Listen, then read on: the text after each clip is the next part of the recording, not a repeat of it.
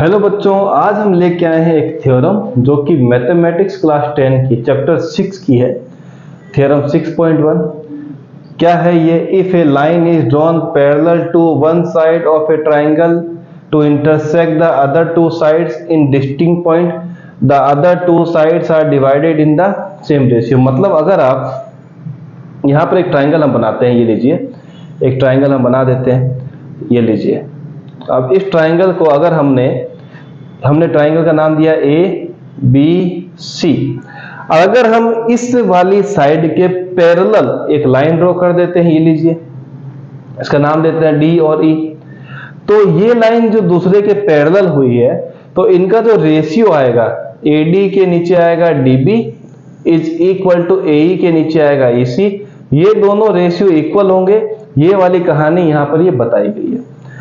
तो अब होता क्या है कि ये जो थ्योरम है इतनी बड़ी, इनके दो नाम स्पेसिफिक और दिए गए हैं। पहला जो इसका नाम है जो बहुत ही कॉमन है वो है बीपीटी, फुल नेम हो गया basic proportionality theorem, basic proportionality theorem. और दूसरा जो इसका नाम है, जो मैथमेटिशियन ने इस थ्योरम के बारे में इन्वेंशन किया था, बताया था, तो उन्होंने अपने नाम पर ही इस थ्योरम का भी नाम रख दिया। और इनको इस थ्योरम को ढूंढने वाले जो मैथमेटिशियन थे उनका नाम था थेलस। उन्होंने इसी नाम पे क्या रख दिया, उस थ्योरम का नाम भी रख दिया। ये अपना नाम पे उन्होंने थेलस नाम से रख दिया। और ये ग्रीक मैथमेटिशियन थे और इन्होंने ये रेशियो को प्रूफ किया था। हम भी इसको प्रूफ करते हैं। तो उससे पहले हम क्या करते हैं, बी से ई को मिला देते हैं, सी से डी को मिला देते हैं, ई से हम एक परपेंडिकुलर डाल देते हैं और यहां से डी से भी एक परपेंडिकुलर डालते हैं। ये लीजिए, इसका नाम देते हैं एम, इसका नाम देते हैं एन।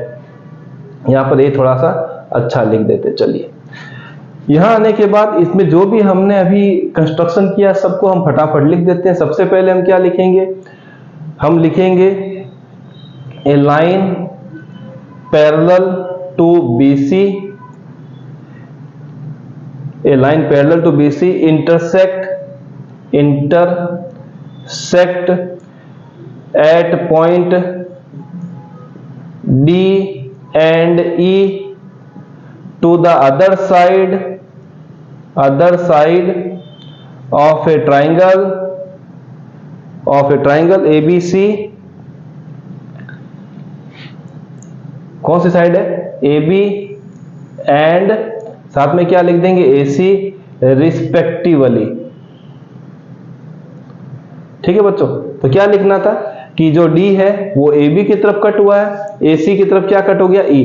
तो ये लाइन पैरेलल, ये वाला सिंबल किसका, parallel to BC intersect at point D and E to the other side of a triangle AB and AC respectively. तो ये जो कंस्ट्रक्शन हुआ था D और E वाला, वो हमने यहाँ पर लिख दिया।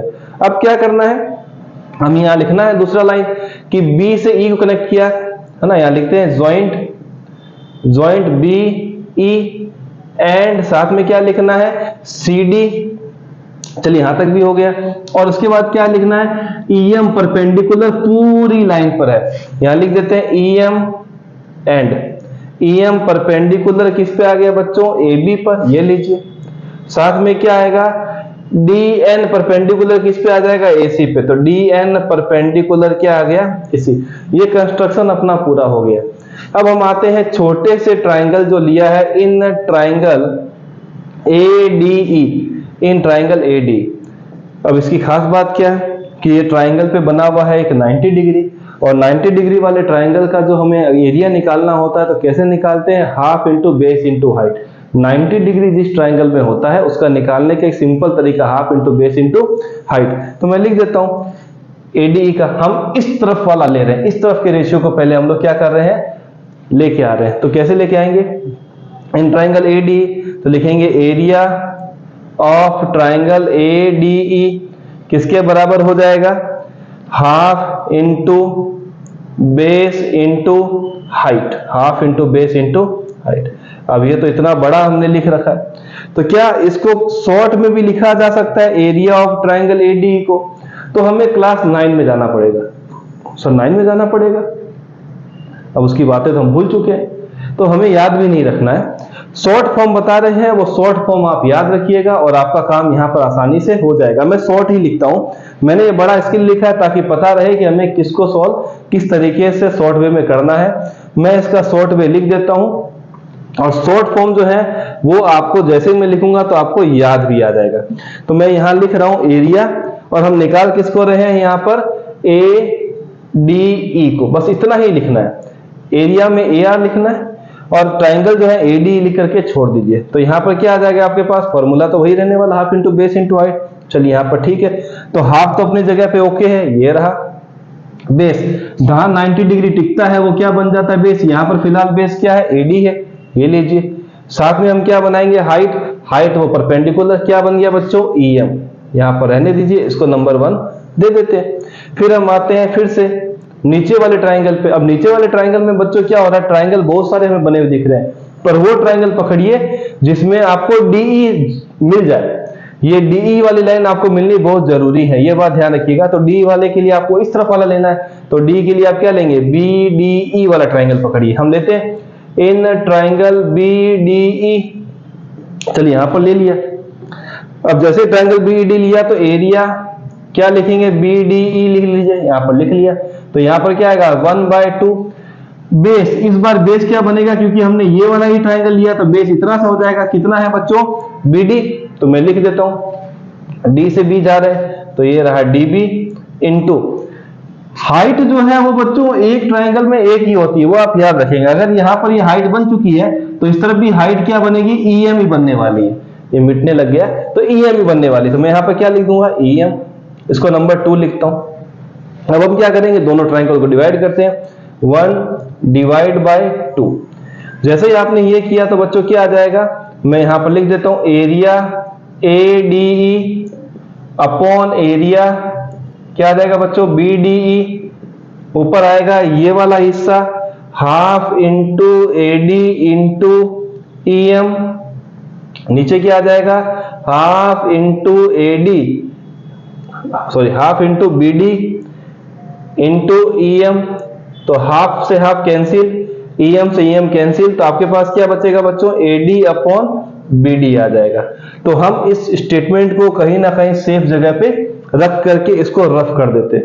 तो चलिए अब हम लोग इसके आगे की कहानी को यहां पर लिखना स्टार्ट कर देते हैं। आपको यहां तक समझ में आया होगा, तो मैं यहां लिख देता हूं area A D E upon area B D E किसके बराबर आएगा बच्चों, एडी अपॉन क्या आ जाएगा, डीबी। तो इसको मैं नंबर लिख देता हूं 2 के बाद 3। यहां पर अपना काम पहले वाले हिस्से का कंप्लीट हो गया। अब आ जाते हैं दूसरे हिस्से के पास, इस सबको मिटा देता हूं मैं। चलिए अब कहानी दोबारा तो लिखनी नहीं है, एक बार लिखने के बाद काम हो जाता है। चलिए अब दोबारा में आते हैं, तो चलिए अब हम आते हैं इस तरफ वाले हिस्से में। तो हमें फिर से क्या लेना पड़ेगा बच्चों, इन ट्राइंगल कौन सा लेना है, फिर से ADE लेना है, ADE। पर इस बार कौन सा हिस्सा लेना है, इस तरफ वाला। तो जैसे इस तरफ वाला लेंगे तो फॉर्मूले में क्या आने वाला, एरिया ADE हम जब लेंगे तो half into base into height. इस बार बेस क्या हो जाएगा, AE। तो मैं लिख देता हूं मल्टीप्लाई, परपेंडिकुलर तो फिक्स है DN, तो लिख दीजिए DN। इसको मैं नंबर देता हूं 5। चलिए यहां तक भी अपना काम हो चुका है। अब आगे की कहानी को हम थोड़ा सा बढ़ा देते हैं। यहां से आगे हमें क्या करना है, नीचे वाला ट्राइंगल नीचे वाले ट्राइंगल में बच्चों फिर से क्या लेना है, मैंने पहले ही बताया था कि आपको वो ट्राइंगल लेना है जिसमें बेस क्या मिले, D। तो आपको कौन सा लेना पड़ेगा, DEC वाला हिस्सा लेना पड़ेगा। तो मैं लिख देता हूं इन ट्राइंगल DEC। जैसे ही आपने DEC ट्राइंगल लिया तो एरिया क्या लिखेंगे, एरिया DEC किसके बराबर आ जाएगा, हाफ इंटू बेस।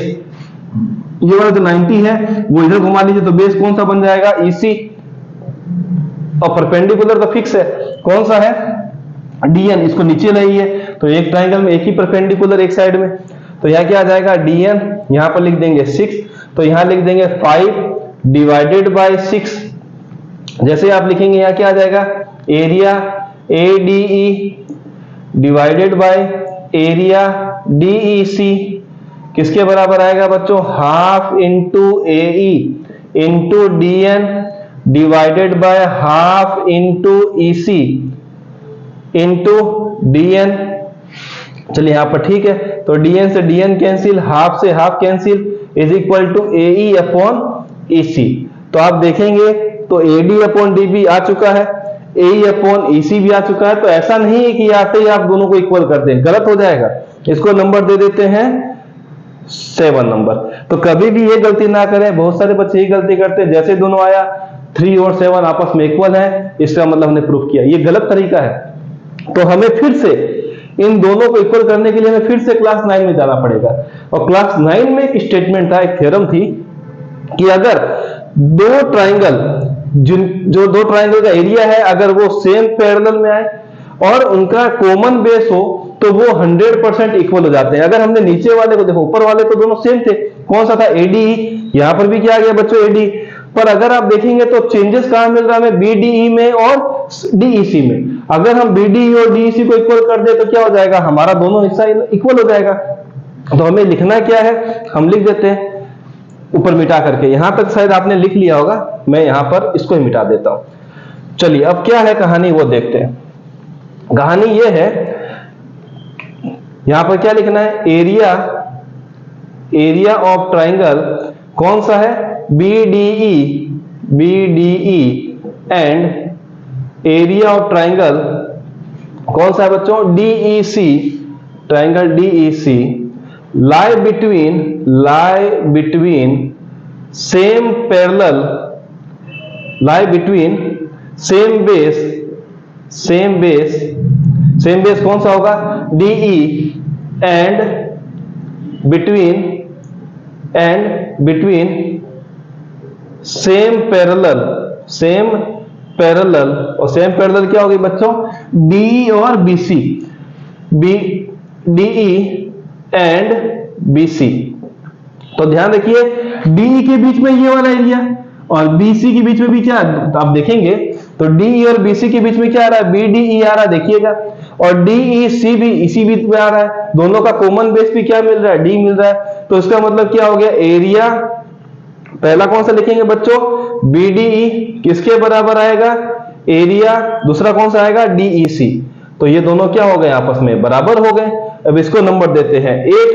चलिए ठीक है, अब मैं थोड़ा सा और मिटा देता हूं यहां पर। तो जैसे ही आपका 8 नंबर आया तो तीसरा लेंगे, 7वां लेंगे और 8वां लेंगे। फ्रॉम